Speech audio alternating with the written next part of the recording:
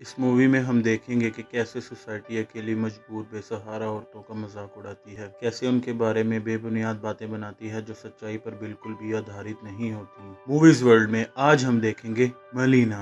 कहानी की शुरुआत में हम मलीना नाम की एक लड़की को देखते हैं जो कि बहुत खूबसूरत होती है। ये एक छोटा सा टाउन होता है जहाँ पर ज्यादा लोग नहीं रहते, इसीलिए ऑलमोस्ट सब एक दूसरे को बहुत अच्छे से जानते हैं। टाउन में कोई भी ऐसी औरत नहीं है जो मलीना के मुकाबले की हो। वो एक बहुत ग्लैमरस लड़की होती है। उसका चेहरा, उसकी अदाएं, आंखें, बाल सब कुछ बहुत प्यारा होता है। टाउन की हर लड़की, हर औरत उससे जला करती थी क्योंकि टाउन का हर छोटा बड़ा, मैरिड अनमैरिड मर्द मलीना के लिए पागल था और सभी मन ही मन ये प्रार्थना करते थे कि मलीना उन्हें मिल जाए। इसी टाउन में हम रिनाटो नाम के एक स्कूल बॉय को देखते हैं जो कि सभी की तरह मलीना का दीवाना था। छोटी सी उम्र में ही मलीना को वो अपना दिल दे बैठा था। रिनाटो बाकी सभी की तरह नहीं था, वो मलीना की दिल से फिक्र करता था। रिनाटो एक न्यू बाईसाइकिल लेता है और अपने दोस्तों के साथ एक जगह घूमने जाता है। जहाँ जाने पर उन्हें पता चलता है कि मलीना यहाँ से गुजरने वाली है। वो सब लोग एक जगह बैठ जाते हैं और मलीना को देखने के लिए उसका इंतजार करने लगते हैं। कुछ ही देर बाद मलीना वहाँ से गुजरती है और रिनाटो और उसके दोस्त मलीना को देखते ही रह जाते हैं। रिनाटो बिना आंख झपके उसे देख रहा होता है और फिर वहाँ से उठकर फौरन थोड़ा और आगे जाकर एक जगह पर बैठ जाता है और वहाँ से भी मलीना को देखने लगता है। वो सब लोग मलीना को तब तक देखते रहते हैं जब तक मलीना वहाँ से गुजर नहीं जाती, मानो मलीना का जादू उन सब पर सर चढ़ के बोल रहा हो। मलीना के फादर एक प्रोफेसर होते हैं लेकिन वो डेफ थे, उन्हें कानों से सुनाई नहीं देता था और वो अपनी बेटी पर भी ज्यादा ध्यान नहीं देते थे कि वो खुश भी है या नहीं, वो किस हाल में है। फिर हम देखते हैं कि रिनाटो भी मलीना के फादर का स्टूडेंट था और उसके सभी दोस्त मलीना के फादर को मलीना के बारे में बहुत अपमानजनक बातें करके परेशान कर रहे होते हैं। फिर हम देखते हैं कि रिनाटो रात में छुपकर मलीना को देखा करता था उसके घर जाकर, और वहाँ हमें पता चलता है कि मलीना एक मैरिड औरत है और उसका हस्बैंड मिलिट्री में है जो कि एक मिशन पर गया था और उसके बाद उसकी कोई खबर नहीं आई कि वो जिंदा भी है या मर गया। और मलीना काउच पर लेटी अपने हस्बैंड को मिस कर रही होती है। वो उसे बताना चाहती थी कि वो उसे कितना प्यार करती है और वो उसके बिना कितनी अकेली है। मलीना भी जानती थी कि उसके अकेलेपन का सब फायदा उठा रहे हैं। सब उसके बारे में फजूल बातें करते हैं कि वो एक अच्छी औरत नहीं है,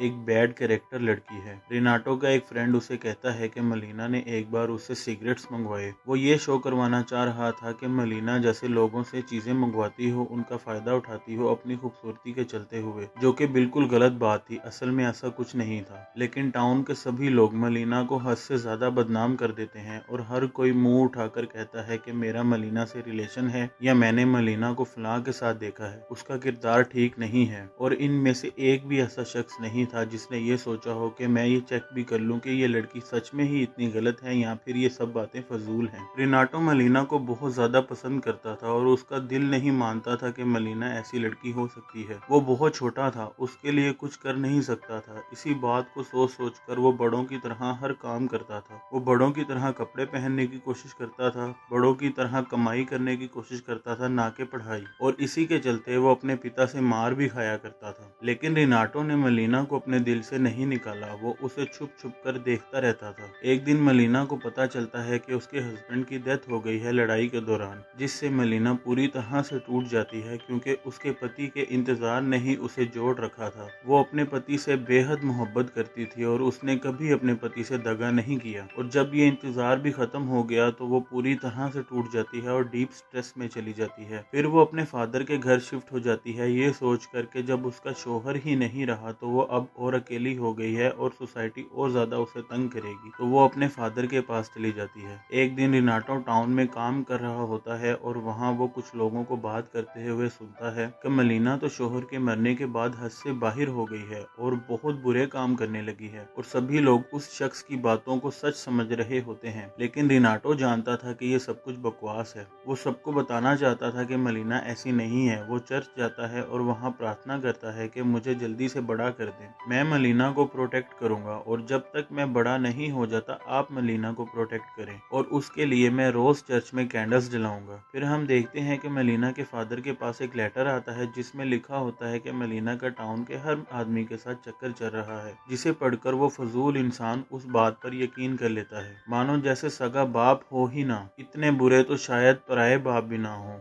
जो अपनी औलाद को छोड़कर लोगों की बात पर ज्यादा यकीन करें, वो भी विदाउट एनी प्रूफ। और वो शख्स इसके बाद मलीना से अपने सारे रिश्ते नाते तोड़ देता है और मलीना को घर से निकाल देता है। मलीना जो बाप के पास आई थी कि वो उसकी हिफाजत करेगा, वही मुहाफिज एक बार फिर उसे जमाने में अकेला कर देता है। उसके बाद मलीना फिर से अपने पति के घर आ जाती है और रिनाटो फिर से उसे देखने लगता है। एक दिन रिनाटो देखता है कि मलीना एक आर्मी ऑफिसर के साथ है, जिसे देखकर उसका दिल टूट जाता है। और जैसे ही वो आर्मी ऑफिसर घर से बाहर निकलता है तो एक डॉक्टर वहां आ जाता है कि तुम यहाँ क्या कर रहे हो, मलीना तो मेरी फियोंसे है। और उन दोनों के बीच लड़ाई होने लगती है और पूरे टाउन में ये बात आग की तरह फैल जाती है, जिसके चलते मलीना पर एक शादीशुदा शख्स के साथ अफेयर रखने का केस हो जाता है। मलीना एक लॉयर के पास जाती है जो उसे केस तो जितवा देता है और साबित भी कर देता है कि मलीना का उस ऑफिसर या डॉक्टर के साथ कोई रिश्ता, कोई रिलेशन कुछ भी नहीं था। मगर वो लॉयर भी एक भेड़िया ही होता है जो मलीना के साथ जबरदस्ती करने लगता है। अकेली बेसहारा लड़की जो किसी को बताए भी लेकिन उसकी बात पर कोई यकीन ही ना करे कि वो गलत नहीं है, बल्कि लोग उसके अकेलेपन का फायदा उठा रहे हैं। ये सब रिनाटो भी देख रहा होता है कि लॉयर मलीना के साथ जबरदस्ती कर रहा है। फिर हम देखते हैं कि मलीना के फादर की एक प्लेन क्रैश में डेथ हो जाती है और अब वो बिल्कुल अकेली हो चुकी थी। उसका अपना एक भी नहीं था इस दुनिया में और उसके हस्बैंड की पेंशन भी बंद हो गई थी। लोग अभी भी मलीना पर तरस नहीं खा रहे थे।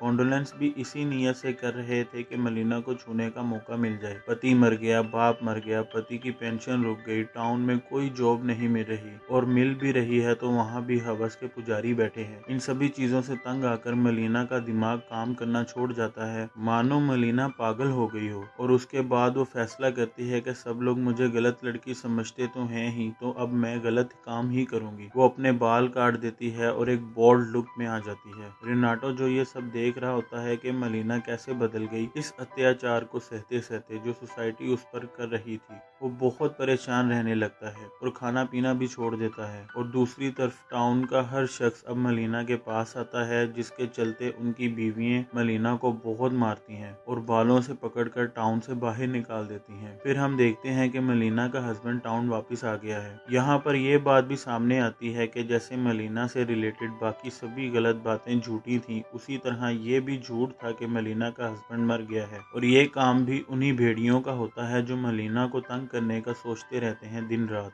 मलीना का हस्बैंड अपने घर जाता है मगर उसे वहाँ मलीना नहीं मिलती। वो पूरे टाउन में उसे ढूंढता है और लोग उसे तरह तरह की बातें सुनाते हैं कि तुम्हारी बीवी तो एक बैड कैरेक्टर औरत थी और अब वो यहाँ नहीं रहती, उसे मार मार कर इस टाउन से निकाल दिया गया है।